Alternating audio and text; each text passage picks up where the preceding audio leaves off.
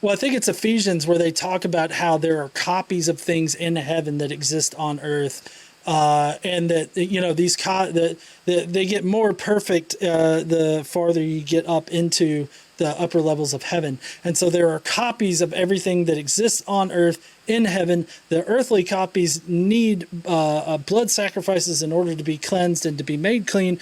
And every level of heaven leading up to the seventh level of heaven are more and more perfect copies of things that exist on earth. So it seems like at least the community that was adjacent to Paul at that time did consider there to be physical objects as you go up into the heavens. What's up, heathens? How y'all doing? I'm the Godless engineer, and I critically analyze apologist claims to give you the best arguments and information so that you can stand up and use your voice. And what you just saw was a clip from today's video. Today's video was collected from interactions with me and a live stream on TikTok. So if you want to take part in these conversations, join in on the live chat, or even, request up yourself to have a conversation with me, please consider hitting those links down below in the description so that you too can participate in these call-in shows. Now, I know that you really want to get into this video today, so I'm going to go ahead and let you do it. So if you want to fuck around and find out how crazy this call is going to get today, then please stay tuned. We got Bought by Blood coming up. Hey there, Blood. How you doing? What's up, engineer? How are you? Pretty good. I figured I would. I feel like I know your age, and I feel like I know your pronouns, but I'm guessing you go by he, him, right? Yeah. Okay. That's fine. All right. Yeah. So I think we've had a very short dialogue before, but not too much. I figure I would go ahead and come up and address the Jesus thing, considering Okay. I'm actually debating one of the I don't know if I call him a co-host or what I call him, but he's someone who is connected with Christ before Jesus. We have a formal debate this Friday on a channel here on TikTok, and it's just the debate is whether or not Luke is second century. Okay. I mean, I'm not sure if Luke is second century. I think that Luke was definitely. I wasn't going to debate that with you. Yeah, okay. I wasn't going to debate that. Yeah. So we can do the Jesus thing really quick to maybe so you're not just standing there juggling. All right. I'm pretty good at the juggling, huh? Like, I mean, you are good at the juggling. You are good at the juggling. All right. So I think this is an important thing that we have to discuss first. When you say there is no evidence, what definition of evidence are you employing? I mean, I guess, historical evidence. I guess I just don't know exactly what you mean. Evidence would be like evidence that makes some claim more likely to be true than not. Okay. So if I give a definition, so evidence is going to be anything that raises the probability of a claim being true, or it can raise the probability of a claim being false as well. Well, yeah, I don't know. So the probability, like when you say, as far as from like an engineer standpoint, when I say probability, I'm expecting numbers. I'm expecting some kind of like actual mathematical analysis of it. I think that I would agree if you changed it to likelihood, because I feel like likelihood we could sort of kind of gauge without numbers necessarily. Oh, yeah. When I say probability, I'm not referencing like numbers. I think we gauge a lot of things based off of probability. Like if you want to change the language to likelihood, I'm fine with that, though. Okay. I mean, just probability means a very specific thing to me, and maybe that's just my engineering background and, my mathematics background. But I think likelihood would work better for me, but if you don't mind changing it. Yeah, that's fine. So, all right. So we have likelihood, right? Now I know you're familiar, if you're familiar with Carrier's work, you're familiar with Bayesian type epistemology and whatnot. So what would you put your prior probability and posterior probability of Jesus' existence? I'm pretty much fall in line with Carrier's thing. Like, so the prior, I think the prior is the same as the posterior because the evidence doesn't move the needle, and I think that it's like that 33% are just like there's a chance, without using specific numbers. I think that there's a chance that Jesus could have existed, and I think that that chance is rather from an a priori sort of position on the minimal historical Jesus. I think that it's it's not abysmal. I think that there's a good chance that he could have existed. We just don't have the evidence to actually bump that up to more than likely. Okay. So what would you expect to see if Jesus did exist?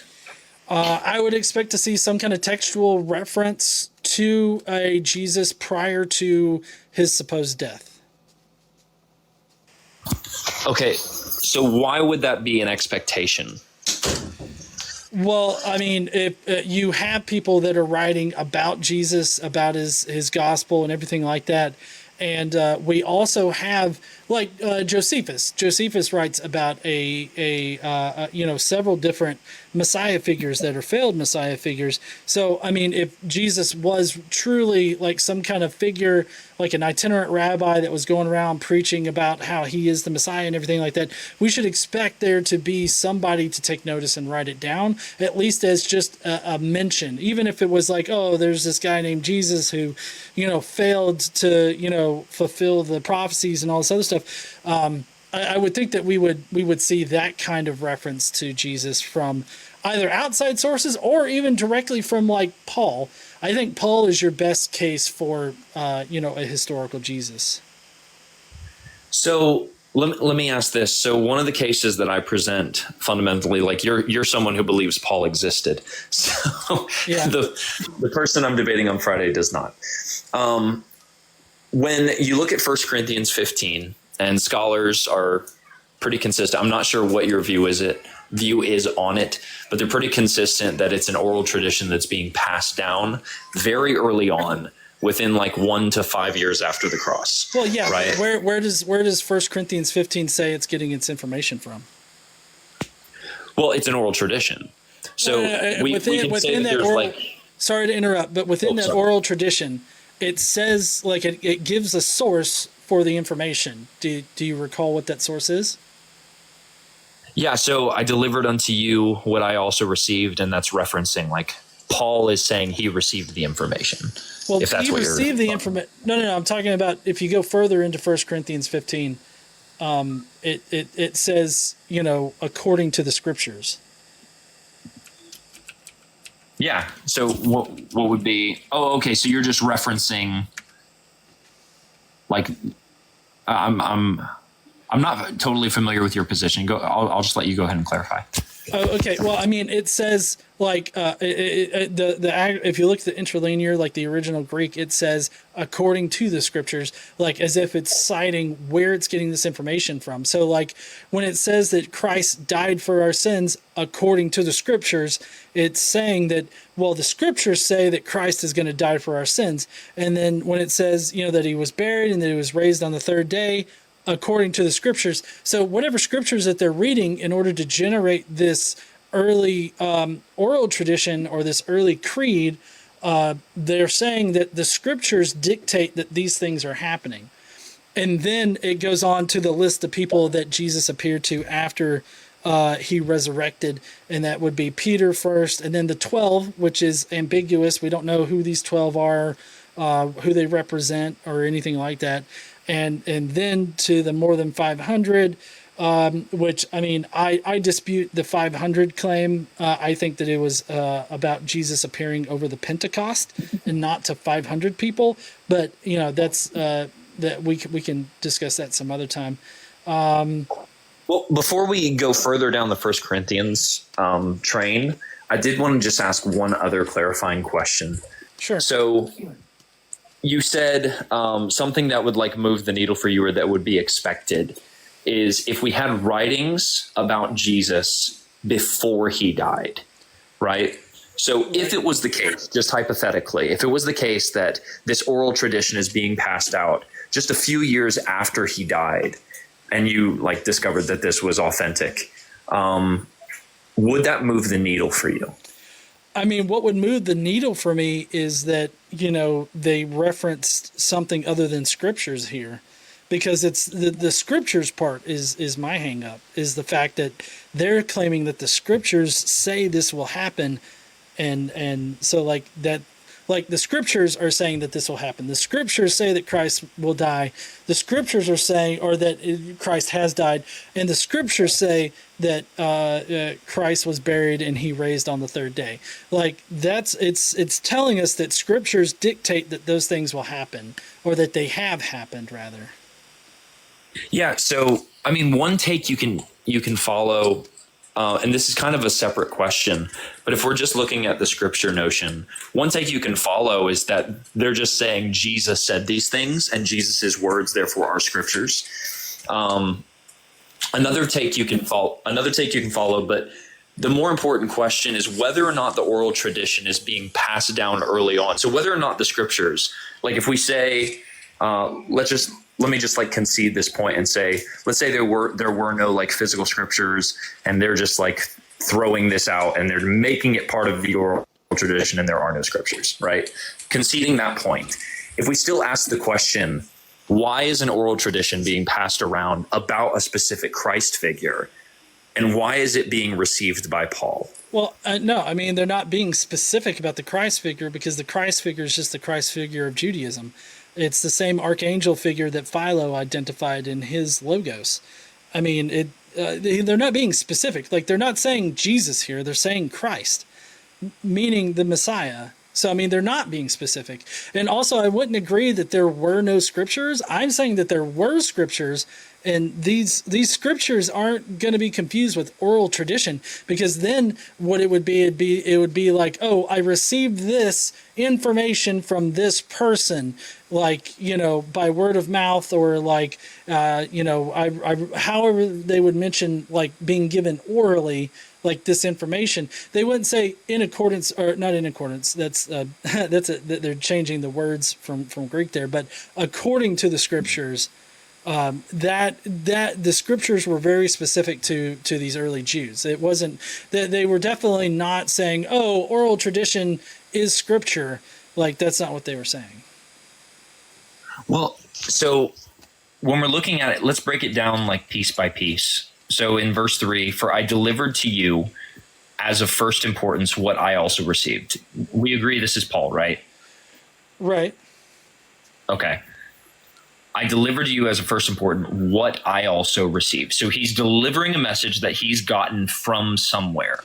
Now, something we do know within Paul's history is he's directly connected to some of the disciples, such as Cephas. Now, I can't remember.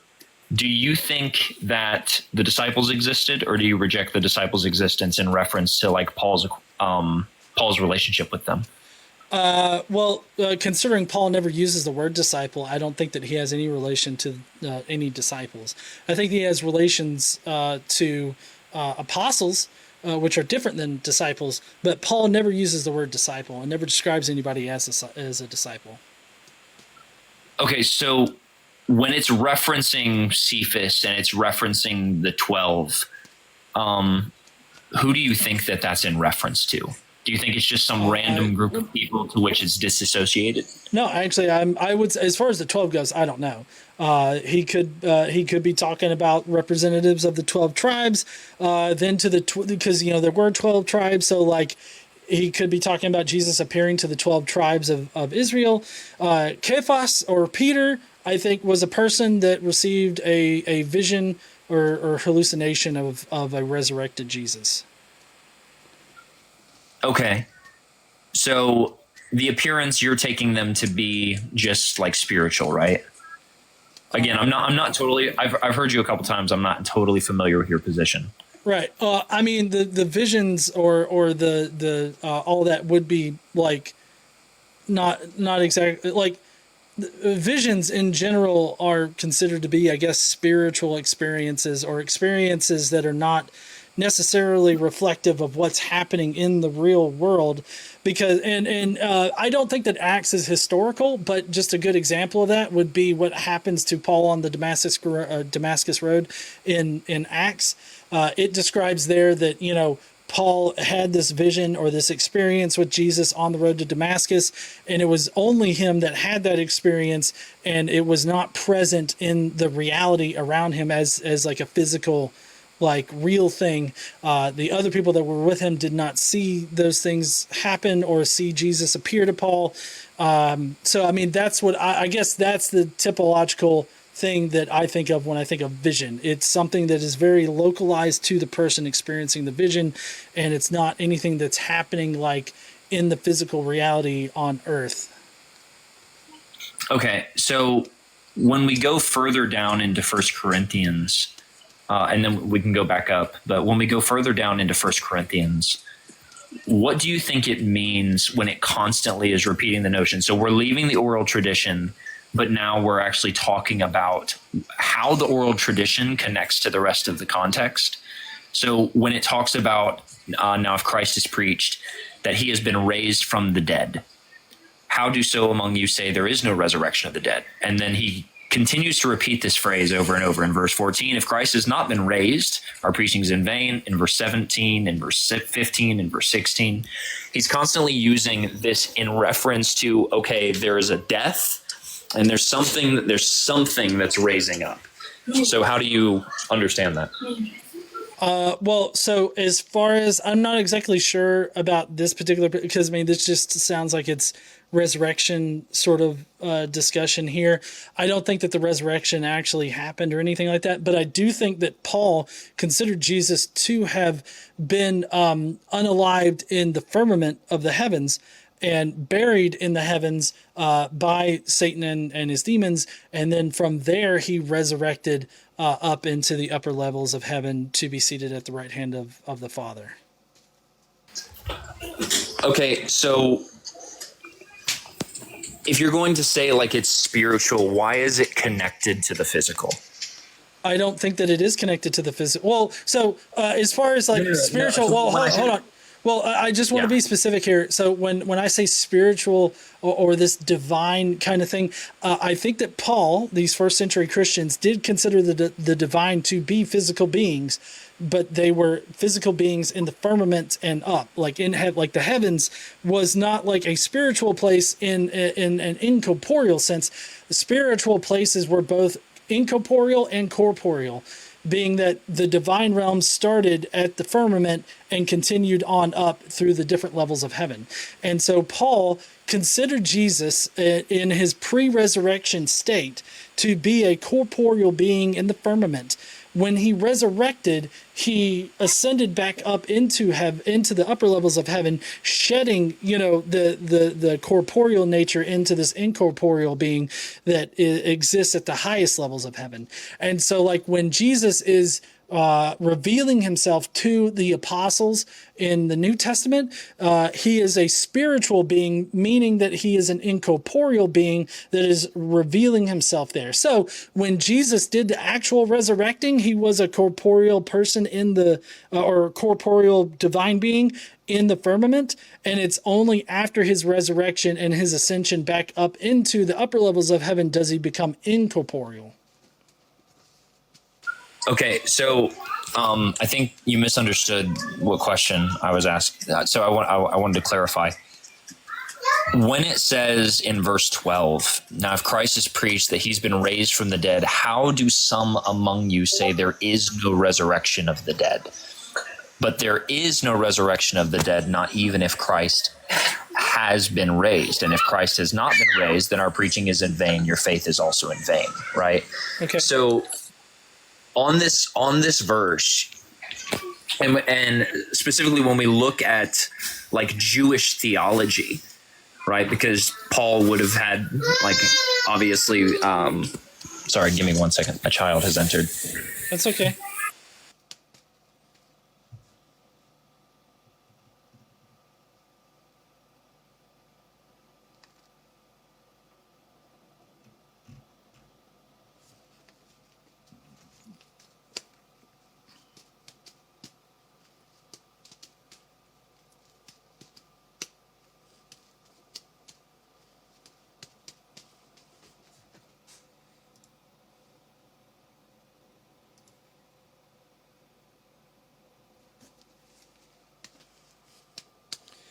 Hey there, AC. How you doing? I'm doing pretty good.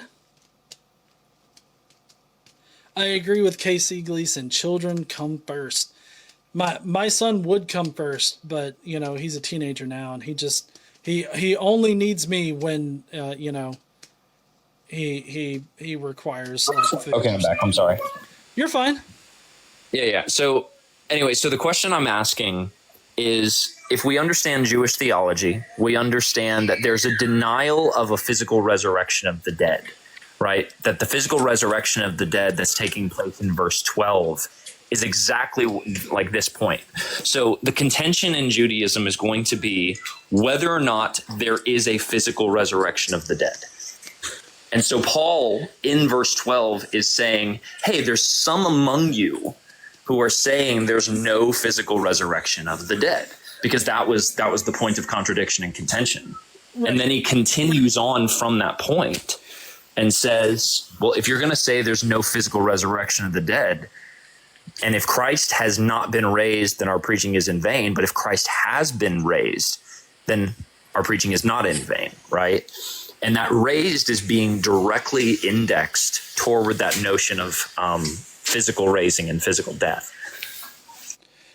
Okay. Well, I mean, I feel like, do you think that you could steelman what I said about Paul's concept of Jesus's resurrection in relation to that? Yeah. So as I understood it, you said that Jesus is raised, but not physically. Like there's the different levels. You have shape. I'm sorry, that's not what I said. I said that when Jesus was resurrected, he had a physical body in the firmament it was still a divine body, but Paul, as well as other Jews at that time, definitely considered, the lower parts of heaven to be a corporeal physical place. And after he resurrected, he then ascended, right? He resurrected physically. When he ascended to the upper levels of heaven, just like when he descended from the upper levels of heaven, in a converse fashion, he resurrected up to the upper levels of heaven, where he became more incorporeal as he went up into heaven, and he eventually shed his physical body and became incorporeal and like spirit. So this is similar to Carrier's view. Do you? Well, yeah. Right. Okay. All right. I understand. So can you point to a source? And I'm not asking, like, even you don't have to do it on the spot if you can't remember or something. Can you point to a source that's going to represent like this notion of Judaism believing that there's a question of whether or not a physical body is raising from the dead in Sheol or in the firmament, as you're referencing? Well, so there in the life of Moses, or the apocalypse of Adam, is it the apocalypse of Moses or the life? No, it's the life of Adam and Eve, which is also named the apocalypse of Moses. It has Adam's body being buried in the heavens. And of course, Adam's body doesn't resurrect, but there is this notion of physical bodies being buried in heaven. And in fact, you have Paul, I think it's in Corinthians, but Paul actually says that Eden, the paradise, is actually located in the third heaven. And so, like, even all up to the third heaven, do you have physical, beings that inhabit there? So the third heaven in Judaism, because there's like 7 levels of heaven. Right. The third heaven represents like the universe, and they had this notion of like that's where God was where the stars. God wasn't in the third heaven; he was in the seventh heaven. Or well, yes. So the third heaven is. I'm sorry, I misspoke. The third heaven in represented is going to be the universe. The seventh heaven, you're absolutely right, is going to be like where the throne of God is, where the celestial city is. Well, that's not exactly accurate to cosmology. They associated the different levels of heaven to different orbits of the planetary bodies. And so the third heaven would have most likely been I believe it's either Venus or it's the sun, one of the other. I believe, and there's like different texts out there where you could interpret them to be either the sun or the Venus, but that would be the extent of the third heaven, would be out to those particular planetary bodies. So I don't think that it's accurate to say that the third heaven represents the entirety of the universe. They didn't really have a concept of the entirety of the universe at that point. As far as I know about it, maybe you know something different, but I definitely think that, it was a very geocentric sort of view that these early first century Jews and Jewish Christians had. Okay. So going back to the actual chapter and reference, because I do understand the view now. What do you think is more parsimonious? And by parsimonious, I just mean the least amount of assumptions that is actually taking place within the text, right? The least amount of assumptions that you have to have for an auxiliary hypothesis before forming Yeah, I know what parsimony is. Yeah.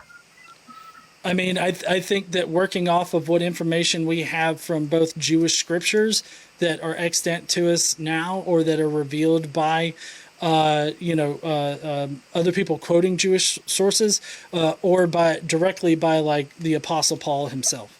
So I mean, I guess as far as parsimony goes, I think that it's whatever's in line with what early Jews and Jewish Christians thought about the cosmology of the universe.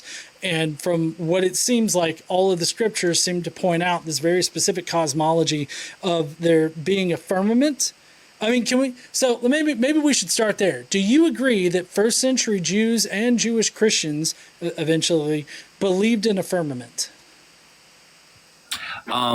Yes and no. So there was obvious debate among different Jewish sects on whether or not there was a firmament still intact, in the sense, because there's different Jewish commentaries you can read where, when you get into the story of Noah, there's the breaking of the firmament, and some people reference that at that point the firmament was broken in Judaism, and the firmament is no longer something that's persisting. Do you think that Paul would have described being taken up to the third heaven in a vision, by God, and he didn't know if it was a bodily, a bodily traveling to the third heaven, or if it was just in the vision that he was given from God, but he was taken up to the third heaven where, where paradise is? I mean, do you think that, given that even up to paradise is physical, regardless of whether or not the firmament was quote unquote broken, you can agree that there is a physicality, there's physical structures that extend on up into heaven? It depends on what you mean by physical structure. So I mean it in the same way that, what is it? Is it Ephesians, maybe?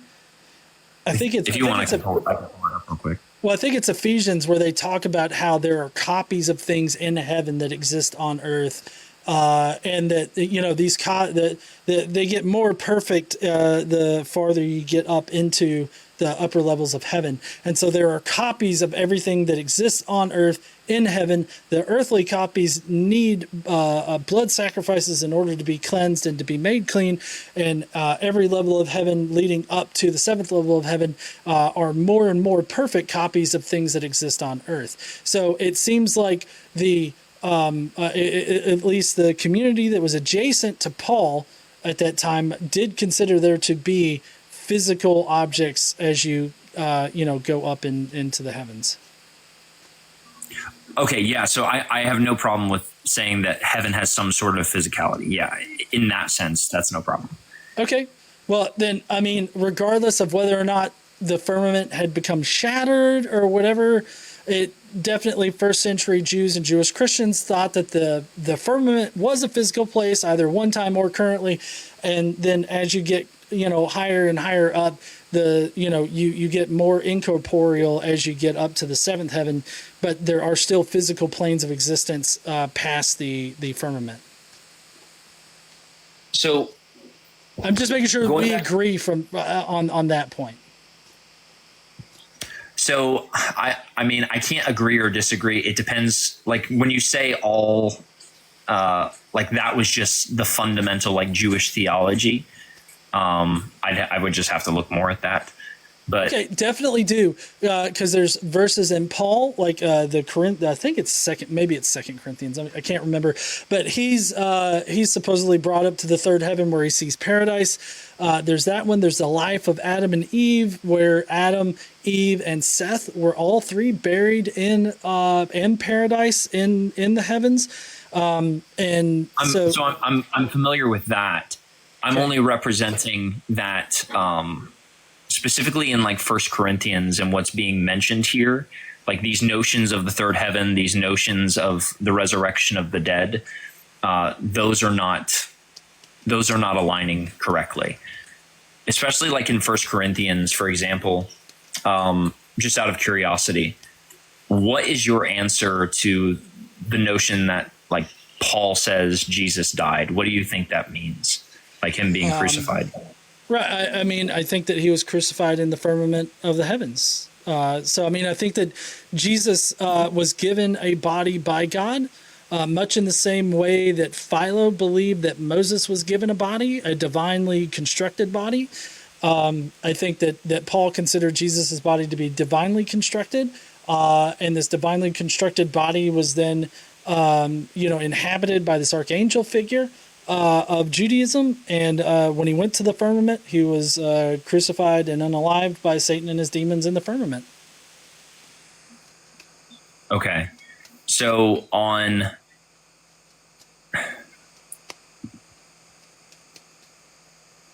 trying to keep up with the notion. To be honest, I don't really know how to argue. I don't know how to argue against this point. Not because Okay. and let me clarify. Not because I think it's a good point, but it's to me. And what this is part going to of be it- subjective. Well, sorry. It's Go ahead. yeah. To me, it's so divorced from the text. It's so divorced from Paul that it's untenable. How is it divorced from Paul?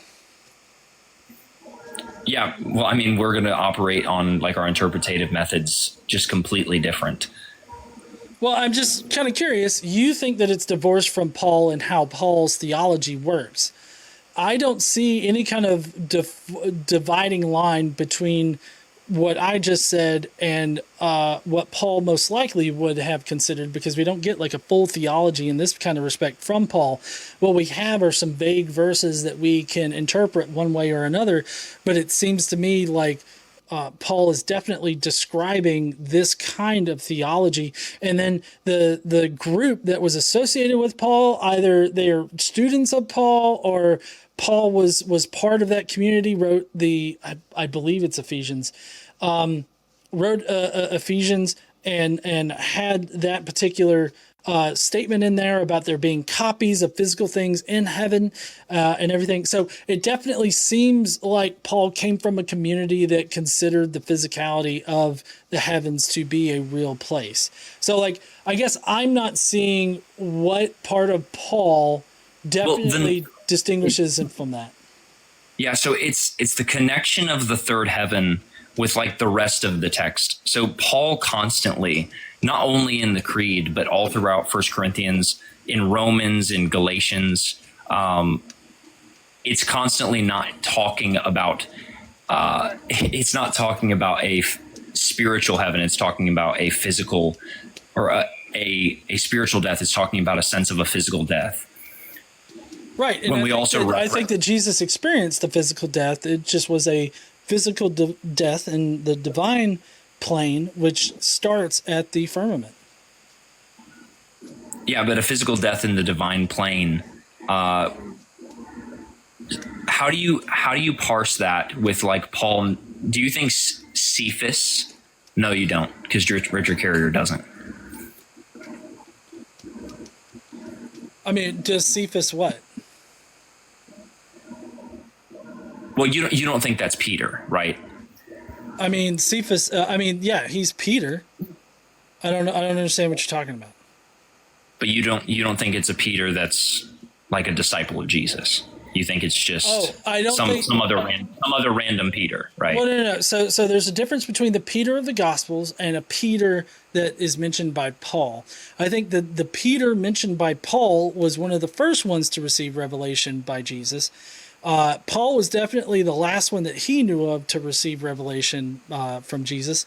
But the Peter that's described by Paul, he never describes as a disciple. So I'm not going to sit there and assume that he was a disciple. I would need some kind of like direct statement from Paul that he knew about him being a disciple.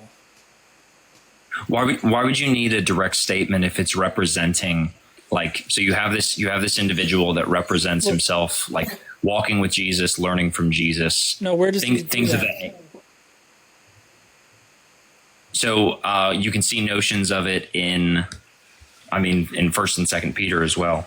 I don't think that. Well, I don't see any evidence that the Peter discussed by Paul, wrote First and Second Peter. I think that historians are, they're not exactly sold on whether or not the Peter mentioned by Paul wrote those. But what I can tell you is that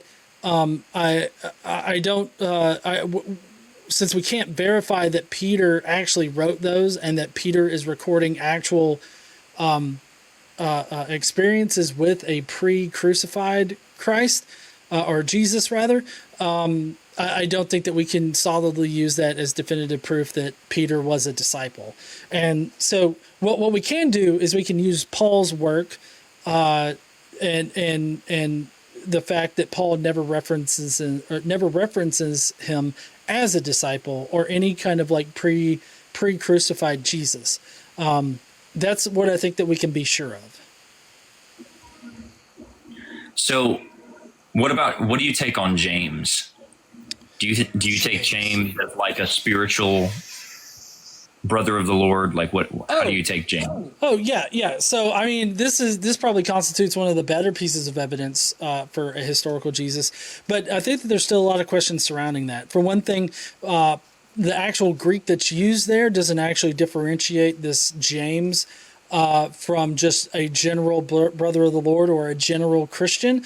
I think that he was mentioning this James specifically not as an apostle. I think that he was delineating him from the apostle that he saw, which I believe that was Peter that he mentioned with James.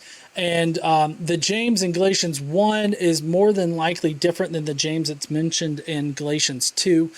But this brother of the Lord has a lot of problems to it. As I said, the words that Paul actually used don't actually do anything to differentiate him from just a general Christian or a blood relative. I think that the Lord is a title that was only given to Jesus after he resurrected. That's when he became the Lord. And so because of that, of course, I'm not saying that means that we weren't talking about Jesus, but I do think that it means that he's speaking of the family of God there, and that being a brother of the Lord or being a brother of Jesus in this sense is more about being in the family of God rather than being like a blood relative to it. And the reason why I say that is because I believe it's Romans 9:5, I believe, where Paul uses the same word for brother there as he does for believing sisters. And so it kind of seems like you would need some kind of extra bit of information to say, oh, but this was a blood relative. Yeah, so we can do that based off, like you brought up Galatians 1, for example. When you look at Galatians 1, there's a reason that there's a qualifier as opposed to all of the other apostles, as opposed to Cephas, right? Because Paul is referencing that when he goes to, I think it was Jerusalem, right? He says he meets with Cephas, right, and he does so for like 2 weeks, right? And then he says, I didn't see any of the other apostles or disciples, but I only saw James, the brother of the Lord. Now, the question would be, like, on the Galatians passage, why James is singled out among the other individuals in the passage. So Well, if you because have the other individuals are apostles and they're not just general Christians. They're higher up in the hierarchy of Christianity. But they would still be brothers of the Lord.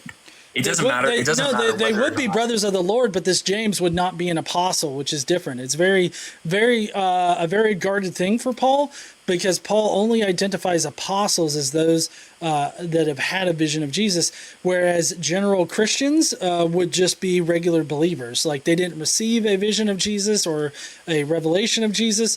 They just were Christian. So, like, that's the delineation that's being made there. So the delineation that you're representing, I don't think it is being made there. I mean, I know we're going to disagree on this, but well, so how is it not the delineation? Like the delineation? So I mean, I don't want to go into like extra biblical resources, but when we go into Josephus, we can see like there's a claim that Jesus had a brother named James. So I would dispute the James passage in Josephus. I think that it originally mentioned this James as being a Ben Damnius rather than associated with Christ or with Jesus, like Jesus Christ. I think that it's more parsimonious if Josephus originally mentioned this James as a Ben Damnius, because later on in the passage, Jesus Ben Damnius is put in the place of that James who was unalived unjustly, and that was the typical thing back then to show reconciliation or whatnot, is to take a family member and put them in the position of the person that was unduly unalived. And so like that, I think that's way more parsimonious than thinking that Josephus just randomly threw in, a random call to a Christ with no explanation about who Christ was, what a Christ was to the Jews, or anything like that.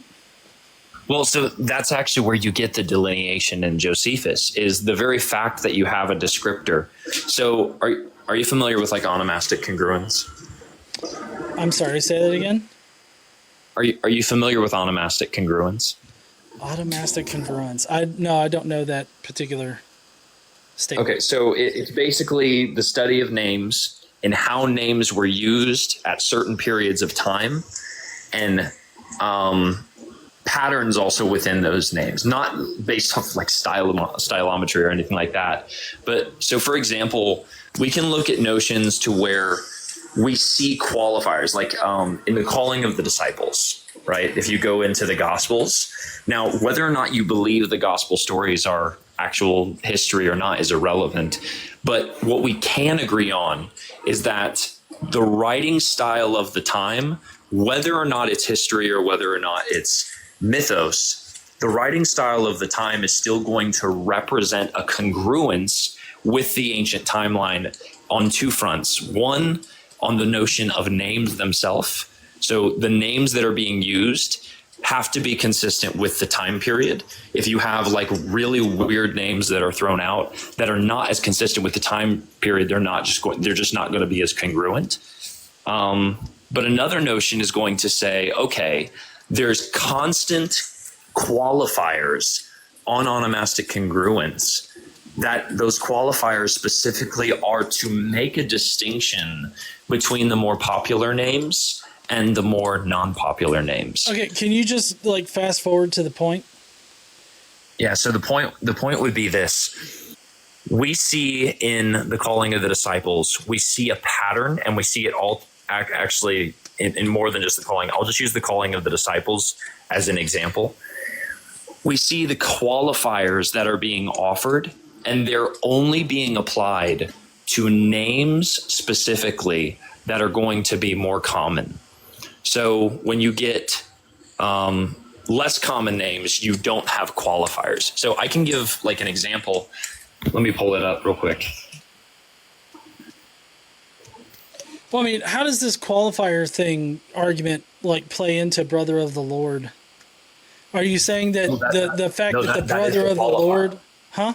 Yeah, that is the qualifier. It's to distinguish. But I understand. So I understand where you're going with this. But the word for brother that's used by Paul there means either a blood relative or a fictional kinship. So what evidence do you have to suggest that the title brother of the Lord can only mean blood relative and never means a fictional kinship?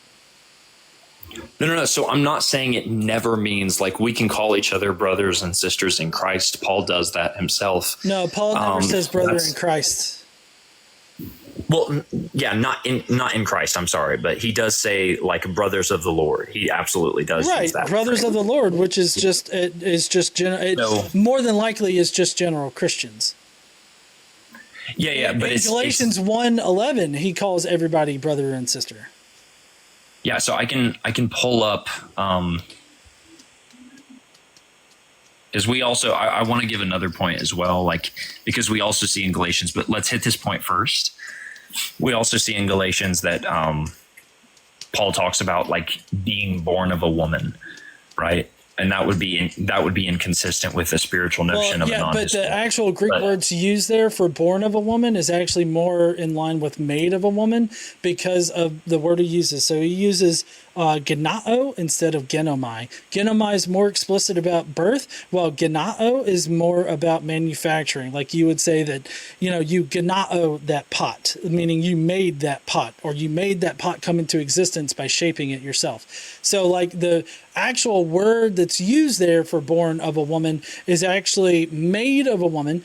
This is actually in stark contrast to how it's used in the Old Testament, which Paul had access to. In the Septuagint version of the Old Testament, it specifically uses genomai of a woman. And in fact, if you look at Bart Ehrman, when he discusses these passages, he notes that there were later Christians that forced the genomai word in there because they felt like it was confusing to have genao in there when he's talking about being born of a woman. So, I mean, it seems like Paul specifically constructed this phrase to be made of a woman as a way of saying that his body wasn't born normally, but that he was fashioned in some kind of manufactured way. Yeah, so being fashioned in some sort of manufactured way, what would that look like in a spiritual sense of a woman? Of a woman? I mean, I think so. Like, even if I accepted that, right? I think that what Paul could have thought is that he could have read the scriptures and saw in it's somewhere in Samuel. It's like 1 Samuel 7 something or another, where God specifically tells David that I am going to take your seed and I am going to raise up, the Messiah, basically is what he's getting to.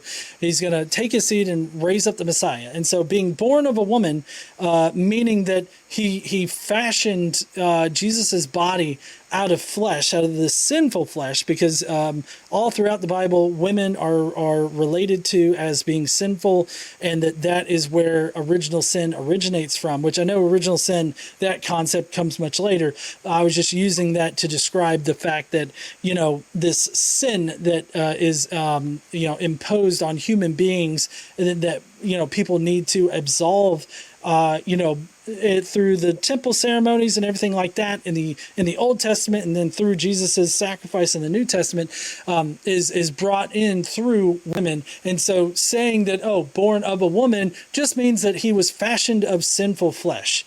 And so yeah.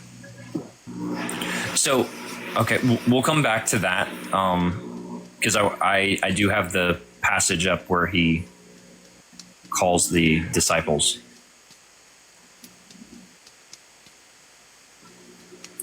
Oh, give me 1 second. I'm sorry. Okay.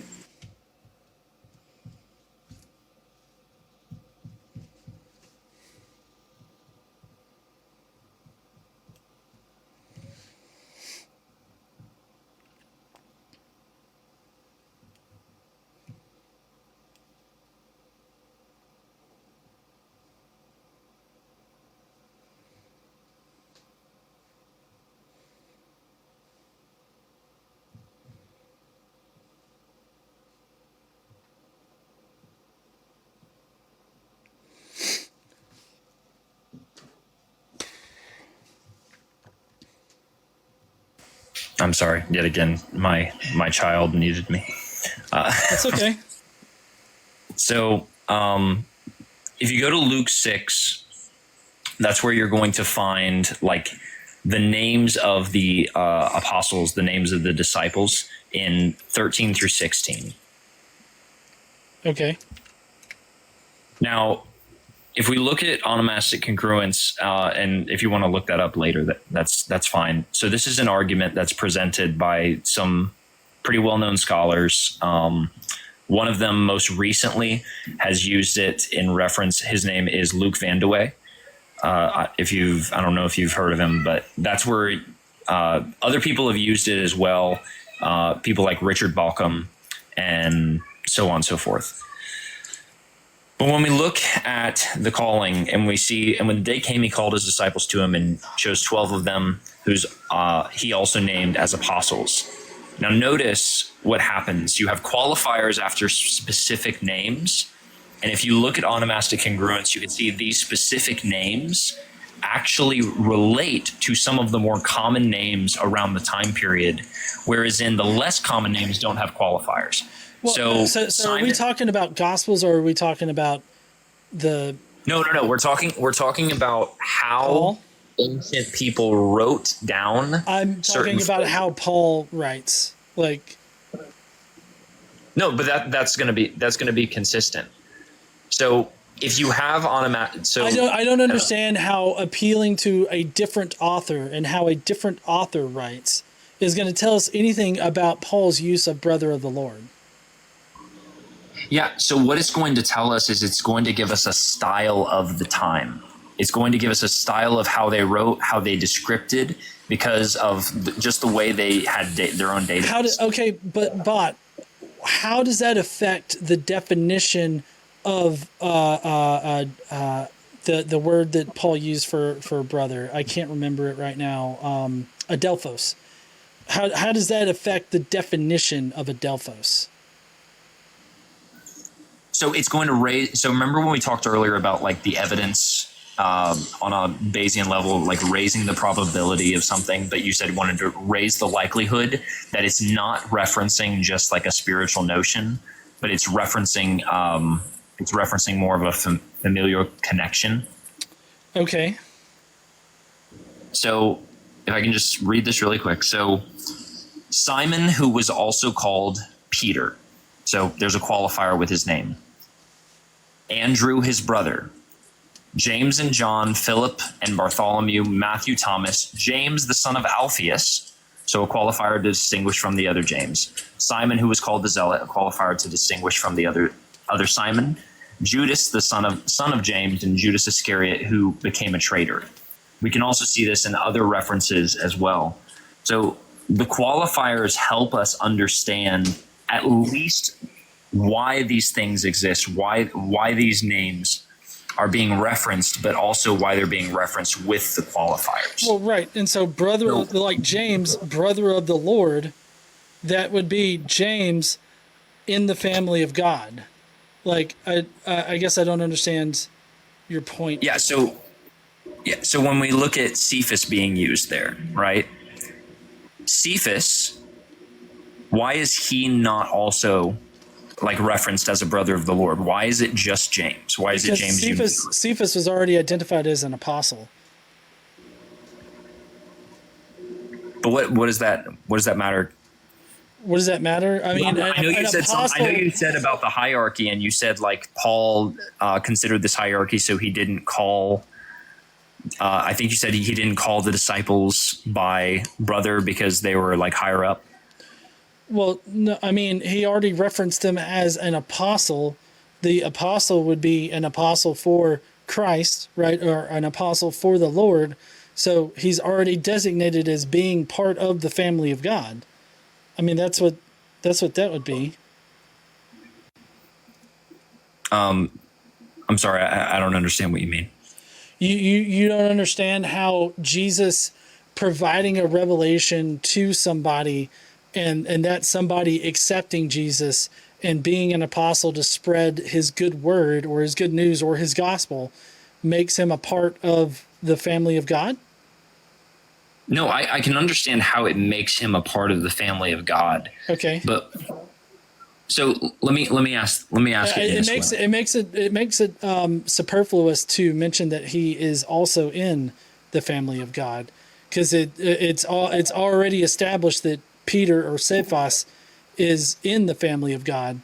Like, that's already it would be superfluous to say, oh, both of these guys are in the family of God, because apostles are already in the family of God.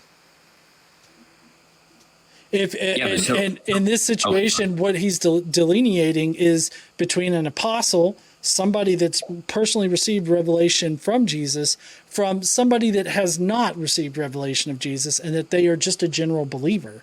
That's the that's what's being distinguished there. Okay, so how are you distinguishing that James from the First Corinthians James? How do you know it's a different James? The First Corinthians James. You're talking about the James where? Like, oh, then he appeared to James, then to all the apostles? Yeah, in 15, right? So if your delineation... yeah. If you're you understand my critique, right? If your delineation is going to say that this is only going to apply to the Jameses to which Jesus appeared, right? And so when Paul is writing this, James, the brother of Jesus, must be a different James, because this is a James No. So it's not brother of Jesus. It's very specific. It's brother of the Lord, or the Lord's brother. Either way, it's the same thing. Yeah. That's fine. We can keep the specificity of whatever you want to say. It's very important. Like, if Paul had said the brother of Jesus, we would not be having this conversation. I would agree Jesus existed historically, and that Paul is admitting that this is a blood relative of Jesus. I mean, I don't think that would be enough to convince Carrier, because Carrier still has this question of, like, well, there were plenty of fictional characters in history that say that they were brothers or relatives of fictional people, or of real people. Like, real people are saying that they are brothers or sisters, or they derive their lineage directly from these fictional people. And so, like, just him even saying brother of Jesus wouldn't suffice for Carrier. But I'm saying that, like, if it said brother of Jesus right here, I would be probably on the historicist side ever so slightly, and I personally would be convinced that he existed historically. But because it doesn't say that, like, that's why I think that this is more of a generic, like, Christian sort of label rather than any kind of, like, blood relation. Okay, so respectfully, that didn't answer my question. Okay. So the question was, how are you delineating that it's a different James? Yeah, I know. I was just being very specific about the Lord title there, because that's important, because that's that's Paul fine. says. How I delineate, though, is that, you know, this James isn't identified as the same James that is an apostle. He's very specifically being isolated from the other apostle. I think that if this James was an apostle, then he would just be easily grouped in with Peter, who's already identified as an apostle, which automatically makes them part of the family of God or a Christian themselves. And so, because of that fact, that he wouldn't need to specify that he's a brother of the Lord. He would just say, I saw no other brothers there, no other Christians other than these two guys. Like, he would have just had to say that, like Cephas and James. Like, he would have to then we see that same honor. Lord. Well, we see that same honor given in the 1 Corinthians 15, right? He appeared to James, then to all the apostles. Right. So there's a distinction that James is not one of the apostles. James at this point. No, James is separate from the. Hold on, I got to bring up my. Where's. Crap. I had. Did I close talking about James, the apostle of Christ, and James, the one who writes, is what written about in Chronicles? No, because they're not the same person. So I'm not sure what Chronicles has to do with this. So he says, and then he appeared to Cephas and then to the 12. Now, he doesn't say Cephas is an apostle here, but, you know, Cephas, the fact that Jesus is appearing to them makes them an apostle. So, like, Cephas is an apostle. Then he appeared to more than 500. So that means that there are 500 that could be apostles if they were out there spreading the good word.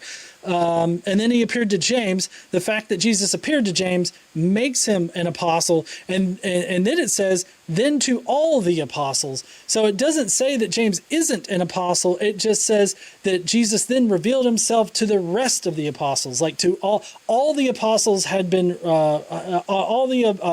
apostles had been Jesus had given a revelation to. And then last of all, he appeared to Paul, because he would have been the last apostle revealed. Can I push back right there, though? So you're kind of adding to the text when you add in those extra words. Which words are extra? So in between James and the apostles, right? So what the translation you just gave was, what the text is saying is that he appeared to James and then the rest of the apostles. And the rest of the apostles, or that notion, isn't supplied within the text. No, well, so yes, I would say that I'm adding that, but that would be because of the definition that Paul gives to apostle, meaning that an apostle received direct revelation of Jesus. James would be an apostle by the fact that he received direct revelation. So that can only mean that, and then that means that next part, then to all the apostles, just means that it was completing the revelatory, the revelatory act to all of the apostles. So at that point, all the apostles that were going to be apostles had been, Jesus had been revealed to. And one of the last ones that was revealed to was Paul. Okay, so when you're admitting like you're adding it in, that's kind of like it's begging the question specifically. How is it begging the question? So you're begging the question because you're including your conclusion within the premise. No, I don't see how I'm including the conclusion in my premise. Yeah, so you're saying it must be the case, right, that this James is also an apostle because he's seen the Lord, because apostles are only people who have ever seen the Lord. Right, that's definitionally how Paul describes apostles. When he says in 1 Corinthians 15, when he talks about being abnormally born, and whenever he talks about what makes somebody an apostle, it's somebody that Jesus has revealed himself to, like post-resurrection. And so the mere fact that James has had a revelatory experience, that makes him an apostle, which means by Paul's definition of what an apostle is, the then to all the apostles just means that Jesus was completing the action of revealing his gospel to the rest of the group that he was going to be revealed to. So what verse are you referencing? Just out of curiosity, what verse are you referencing to say that an apostle must be someone who's seen Jesus? Well, as far as apostles go, it's how Paul describes what apostles are. Like, well, I'm asking where that's the case. Right. When Paul describes that the last of all, he appeared to me as to one abnormally born. So like he was, it can't be that the apostles are disciples and that they knew Jesus before, his crucifixion. Apostles were only those that were revealed Jesus like through a revelation. And then he continues this distinction throughout his epistles, separating James, a brother of the... Huh? Respectfully, you're repeating your claim. I'm not repeating my claim. I'm saying that as Paul describes apostles all throughout it, and he makes known who is an apostle and who isn't an apostle, it's very specifically, he only uses apostle of those who were given a revelatory vision of Jesus. That's all throughout his epistles.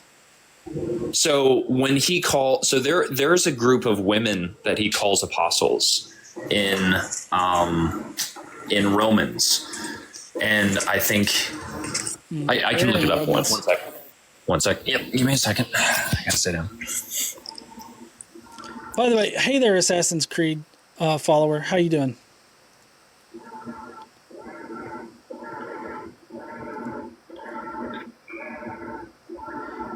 Oh, AC's muted right now. did you need? Oh, I was just saying, hey, like I noticed that you were in the Hey, requesting bud. up, and I'm gonna have to close out here in a second because I'm already about a half hour over time. I gotta. Sorry. No, Here, no, I can. no, you're fine. I wanted to finish out this conversation, but I brought AC up just because we were trying to round out. Yeah, we're Okay, so old buddies. I haven't seen Godless in a while. I don't know why.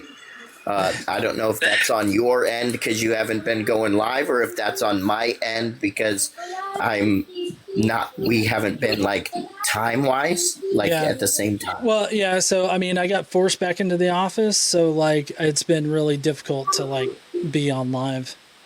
okay. Oh yeah, I So it's completely understand Roman. that. Everybody's starting that. Oh, I'm sorry. No, no, you're fine. You go ahead. Romans. So it's Romans 16. Okay. I couldn't remember her name, but her name is Junia. Okay. 16. What? Yeah, Romans 16. Oh, I just had it. Verse 6. There it is. 6 and 7. All right. Yeah, 6 and 7. I'm sorry. All right. So let's see. Greet Mary, who much toiled for you. Greet Andronicus and Junius, kinsmen of me, and fellow prisoners with me, who are of note among the apostles, who also before me were in Christ. Yeah. So I'm an Assembly of God person, and we believe women can be in ministry. And so this is one of the verses that we reference in which a woman can be an apostle. And her name is Junia. And then you also have this other name. Now we have no mention of them anywhere else in Scripture that they received any sort of special revelation, that Jesus appeared to them. None of these things. The only thing that we have is that these are people who are apostles, and they're people who are being sent out. And Paul even says, now this is the key part. Paul even says they were in Christ before me. Right. But if that's the case, when we go back to the 1 Corinthians 15 passage and we say, okay, well, walking through that, this is going to be the order of people in which Christ appeared to. So the question comes in reference of where like there's a contradictory account here. The question comes, okay, if there's an oral tradition being passed down, Jesus appeared to this group and this group and this person and this person, blah, blah, blah, blah. And then last of all, Paul says, he appeared to me. But now we also have in Romans this notion of people who are known, outstanding among the apostles, one of them being a woman who have not had a revelation of Jesus. Well, right. So this Junia person, I mean, I'm looking at the context of the apostles and the apostle word that's used. And amongst, Paul's writings, it talks about how Timothy and Silvanus are in 1 Thessalonians 2:6 referred to as apostles. But then it says compared to Romans 16:7. So like, it's like, I'm not even sure. I guess I'm a little unsure as to whether or not even like Thayer's Greek lexicon, it says that it's referring to Junia as an apostle. I mean, reading it here, it says, greet Andronicus and Junius, kinsmen of me, and fellow prisoners with me, who are of note among the apostles, who also before me were in Christ. So the kinsmen of me and fellow prisoners with me, who are of note among the apostles. Maybe that's saying that she was an apostle, but I don't think that there was necessarily a delineation between, male and female. That's one of the highlights of Paul, is that he was very. That's one thing that differentiates Paul from the author of Timothy. He's not misogynistic, and so I think that this would actually be really good evidence against Paul writing 1st and 2nd Timothy, honestly. But I don't see how. I mean, if he's calling both of these people apostles, saying that they are of note among the apostles who were also before me were in Christ, that's just saying that, Andronicus and Junius were part of the rest of the apostles that were mentioned in 1 Corinthians 15. So I don't see how this helps. So you're going to say Andronicus and Junius, they're going to be the apostles in 1 Corinthians 15? I think that they would, like, if Junius is an apostle, then they would be included in the rest of the apostles that were appeared to, because they're not directly named, like both Andronicus and Junius. But I'm not exactly sure of the grammar here if it actually includes Junius as an apostle. I mean, I'm an engineer, not an English major, let alone in Koine Greek. I know how to read from like an interlinear Bible and a lexicon and everything like that. But it's definitely, like, there's definitely some speculation here as to what the apostles mean, because like even in Thayer's Greek lexicon, like it has a question mark as to like how does this even factor into this whole apostle business. So I mean, even they're not sure about it. Well, I'm gonna keep losing the verse. There it is. I'm going into my For a second, my Thayer's definition as well. Sir, just for a second. It has been a pleasure to speak with you again, Godless. I'm hoping to see you around a lot more. I got to take off. I'm about to take the wife out for the night. So. Oh, hey, you have fun. That is so much more important than this stuff. Yeah, absolutely. You take care too, bud. Good seeing you. Ya.